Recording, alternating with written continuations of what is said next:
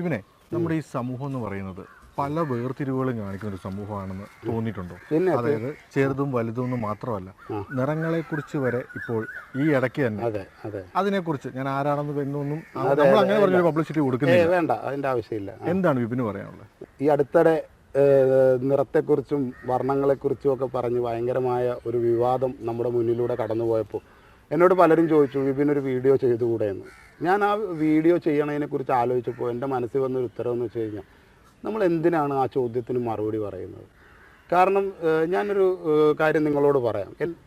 സമൂഹം ഉത്തരം പറയേണ്ടതുണ്ടോ എന്നുള്ളത് ഒന്ന് ആലോചിക്കണം.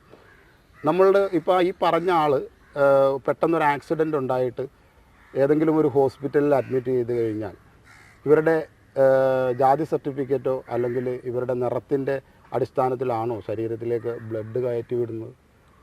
ആ ഒരു ചോദ്യത്തിന് നിങ്ങൾക്ക് ഉത്തരം കൃത്യമായി പറയാൻ കഴിയുന്നുണ്ടെങ്കിൽ അവർക്ക് നിങ്ങൾ ആൻസർ കൊടുക്കുക. കാരണം ഈ ഒരു രീതിയിൽ അവരോട് മറുപടി പറയേണ്ട കാര്യമില്ല. കാരണം ഒരു മനുഷ്യനെ സംബന്ധിച്ചിടത്തോളം അവൻ മനുഷ്യനാകുക എന്നുള്ളതിനപ്പുറത്തേക്ക് മറ്റൊന്നും ആ വിവാദത്തിന് ഞാൻ നോക്കിക്കാണുന്നില്ല. അവരൊരു അറിവില്ലായ്മ പറഞ്ഞു, ആ അറിവില്ലായ്മയുടെ പുറകെ നമ്മളെല്ലാവരും ക്യാമറ എടുത്തുകൊണ്ട് പുറകെ ചെല്ലുന്നു, അതിനെ ചോദ്യം ചെയ്യപ്പെടുന്ന തരത്തിലേക്ക് മറ്റു കാര്യങ്ങൾ കൊണ്ടുപോകുന്നു. ഇത് കേട്ടിരിക്കുമ്പോൾ ഒരുപാട് പേർക്ക് നെഗറ്റീവായ മെസ്സേജുകൾ ചെന്നെത്തപ്പെടുന്നു. ഈ മെസ്സേജിലൂടെ നമ്മളറിയാതെ ഒരുപാട് പേരുടെ മനസ്സിലേക്ക് ഇതുവരെ ഇല്ലാതിരുന്ന പല നെഗറ്റീവ് ചിന്തകളെയും പടർത്തിവിടുന്നു. ഇതുകൊണ്ട് എന്താണ് സമൂഹത്തിന് കിട്ടുന്നത്? നമുക്കറിയാം, ഇന്ന് നമ്മുടെ കയ്യിൽ ഒരു മൊബൈൽ ഫോൺ ഉണ്ടെങ്കിൽ ലോകത്ത് എന്തും ചിത്രീകരിക്കാൻ പറ്റുന്നൊരു ലോകത്താണ് നമ്മൾ നിൽക്കുന്നത്.